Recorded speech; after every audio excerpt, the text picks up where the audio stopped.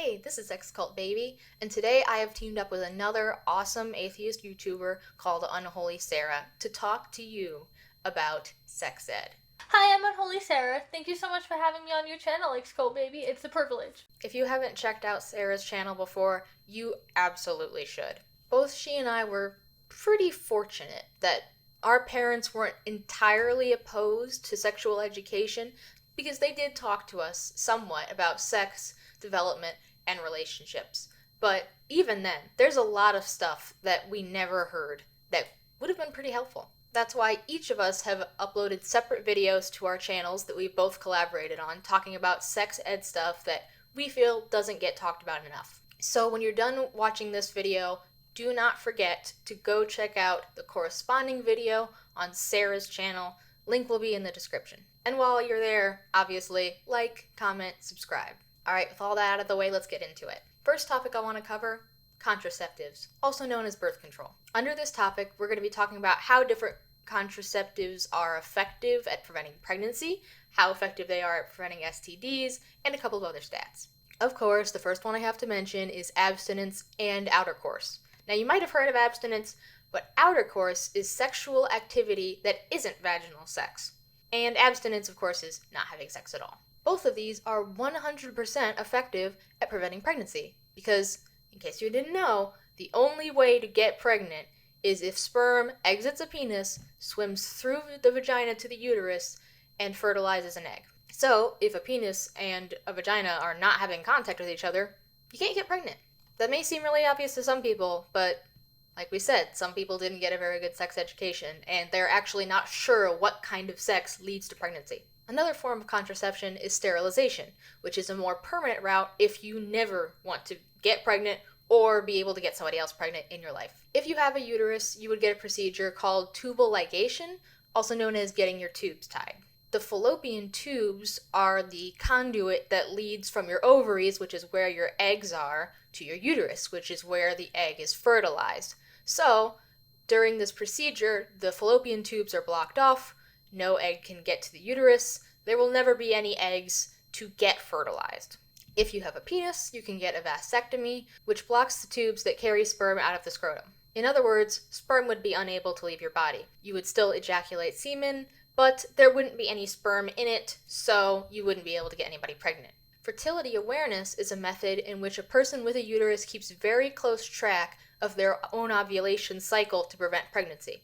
The way this works is there are days, according to your ovulation cycle, that you are more likely to get pregnant depending on when you ovulate, meaning when your ovaries release an egg into the uterus. If you keep track of your ovulation, in theory, you can have unprotected vaginal sex on certain days and still not get pregnant. This method is 76 to 88% effective. Those aren't super great odds if you really don't want to get pregnant, so you're probably better off using other forms of birth control along with this one. The pull-out method is another fairly risky one with only a 78% success rate. It's exactly what it sounds like, removing the penis from the vagina before ejaculation occurs. There's a few reasons why this one isn't reliable on its own. For one thing, accidents happen. Sometimes you ejaculate before you think you're going to, and you don't pull out in time. Another reason is that before ejaculation, there is pre-ejaculate or pre-cum, which is another liquid that comes out of the penis during sexual excitement. And sometimes this liquid contains a little minute amount of sperm in it. Another problem with this method is that it doesn't protect you from STDs. Breastfeeding, believe it or not, also keeps you from getting pregnant. It only works for the first 6 months after giving birth, and you have to be nursing every 4 to 6 hours. But if you can keep that up, it has a 98% success rate. But the closer you get to that 6-month mark, the more careful you have to be. Let's just say, my older sister and I are almost exactly a year and 3 months apart for a reason. And the last one that I'm going to talk about before I hand it over to Sara is the method that I use, which is called the depot shot. Every 3 months, I go to my doctor's office and get a shot in the deltoid muscle, which is right here on my arm. Some people get it in a muscle in their leg, kind of like right above their butt, but I get it in my arm. It's a little sore for a couple days afterwards, but it's the method that works best for me because I know myself and I'm not great at remembering to take a pill every day. I also don't want to have to buy condoms very often because, let's face it, I'm lazy. And I'm not afraid of needles, so getting a shot every 3 months really doesn't bother me. Plus, it's 94% effective at preventing pregnancy. On the couple of times where I've missed my doctor's appointment to get my shot, and I don't have it until sometime after 3 months have passed, since I got my last shot, they have to run a quick lab to make sure that I'm not pregnant already, and then I have to wait a week after getting the shot before I can have unprotected sex again and have the birth control actually be effective. Now I'm going to hand this over to Unholy Sara, where she's going to explain a bunch more birth control methods. Condoms are very effective at preventing pregnancy and are the only form of contraceptives that can prevent the spread of STDs. There are both internal and external condoms. A lot of people don't know about the internal condoms that go in the vagina. They are slightly less effective than the external condoms. External condoms are extremely easy to come by. You can get them for free on college campuses or in Planned Parenthood health centers. Implants are over 99% effective. They hurt a little bit to get put in and they hurt a little bit to get taken out. But they are over 99% effective. They last for up to 5 years, and while they can be expensive, again, they last for up to 5 years, so they end up being well worth it. IUDs are also over 99% effective. That's what I have. They can be very painful to get put in. At least for me, it was extremely painful to get it put in, and then the cramps afterwards were pretty bad for the next couple of days.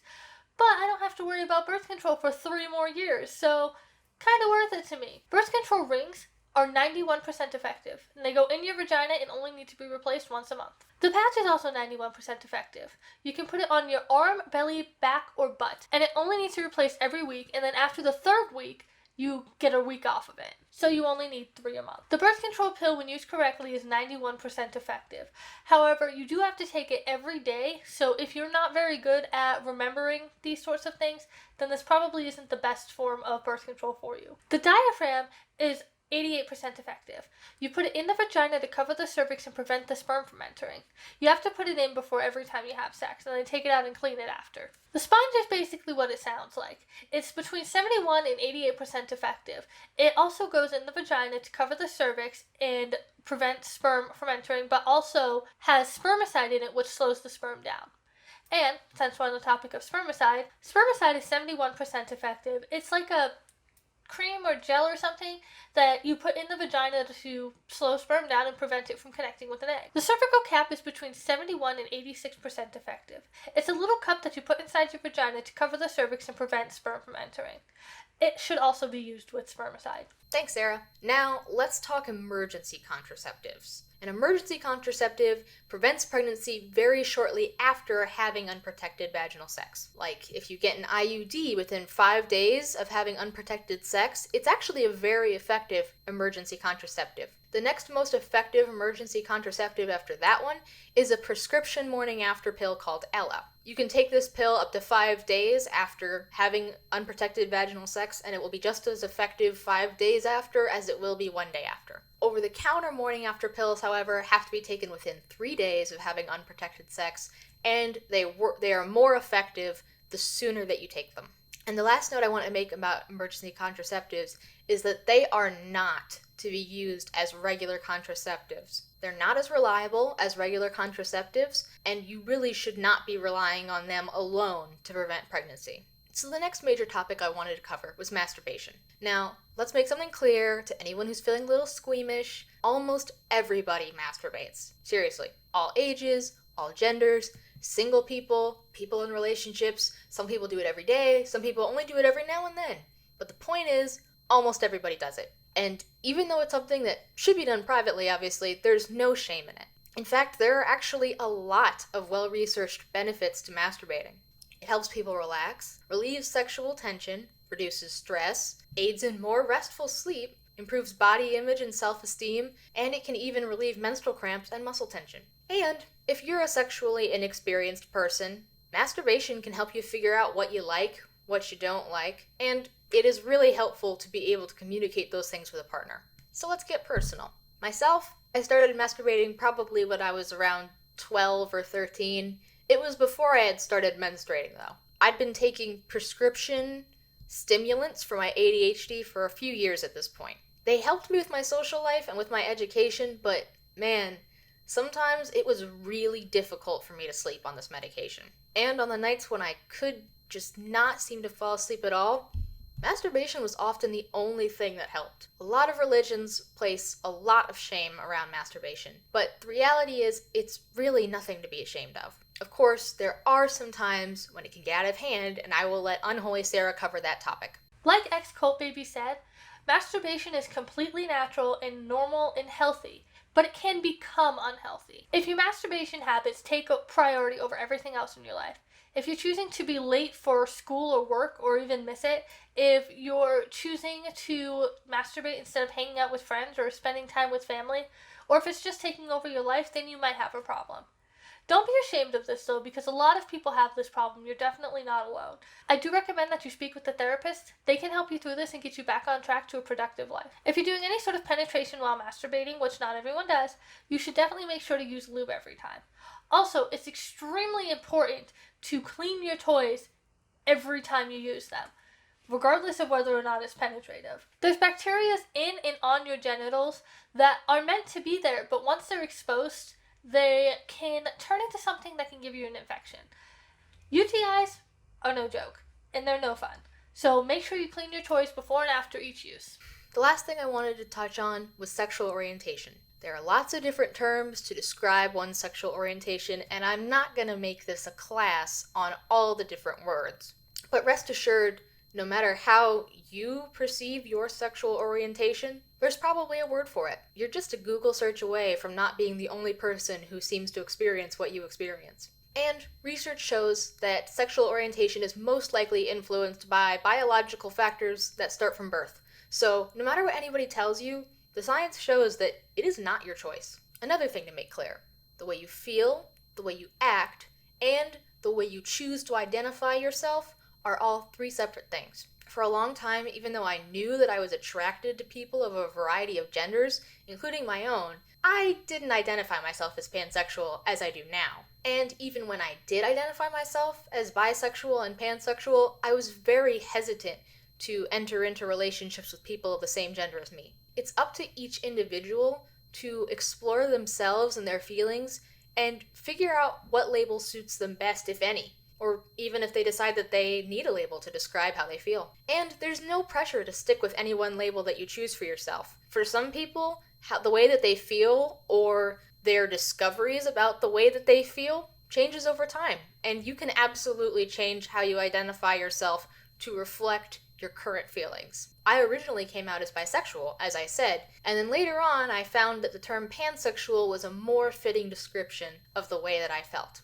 Nobody can pick for you what you call yourself because they don't know how you feel. They don't understand your experiences because they're not experiencing them. Now, I'm going to let Sara jump back in, and she's going to talk about safe sex for the LGBT community. Safe sex is just as important among the LGBT GRSM community as it is among cisgendered heterosexual people.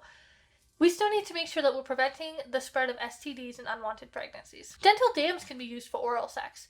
They're basically a rubber barrier that you put over the genitals to prevent the exchange of fluids. They can be used most effectively on vaginas. For penises, for oral sex, you're gonna probably want condoms. They have flavored condoms, which is pretty neat for that. Condoms can be used for oral, vaginal, and anal sex. Please keep in mind that not only can you still get STDs from anal sex, but you can spread HIV and contract it more easily through anal sex than through other forms of sex. Any bodily fluids, such as semen, pre-cum, vaginal fluids, or blood, can spread diseases, so be careful of bodily fluids of any sort. Sex among trans people can be complicated and is often misunderstood. Because of this, people unfortunately tend to shy away from this very important issue. Some trans people might not want to have sex at all because sex with the wrong body parts feels wrong. Some trans people have no problem with their genitals. I can still remember a friend of mine who was trans telling me that she loved her penis. And people fall everywhere in between as well. Because just like anybody else, trans people are all unique individuals who have different preferences and different life experiences. The longer a trans person has been on hormone replacement, the less their chances are of being able to get pregnant or get somebody else pregnant. However, the chances are still there, so contraceptives should still be used. Thank you again so much to Unholy Sara for coming on my channel and talking about this topic. Like I said before, if you want to see my appearance on her channel in her video, where we talk about menstruation, healthy relationships, and sexual behavior, the link to that video is in the description. And don't forget to give her video a like, a comment telling her hi from me, and subscribe to her channel. And if you're visiting my channel from Sara's, hi! Won't you please stick around? And if you enjoyed this video, don't forget to give it a like, leave a comment, and most importantly, share it. I upload new videos every week, so don't forget to subscribe and hit the notification bell. Follow me on Twitter at xcultbaby if you want to keep up with me and maybe have some input on my future videos, because I do a lot of Twitter polls for what kind of videos people want to see next. And if you want to support my work, please consider becoming a patron. The lowest patron tier is only $1 a month, and every little bit helps. So that's it for this video. Thank you so much for having me on your channel, Xcult Baby. It's been a privilege. You can check out part 2 on my channel, Unholy Sara. And as always, stay unholy, my friends. And I'm Xcult Baby, reminding you to go free yourself. Thank you for watching. Additional thanks to my amazing patrons. Thank you so much for continuing to support my work.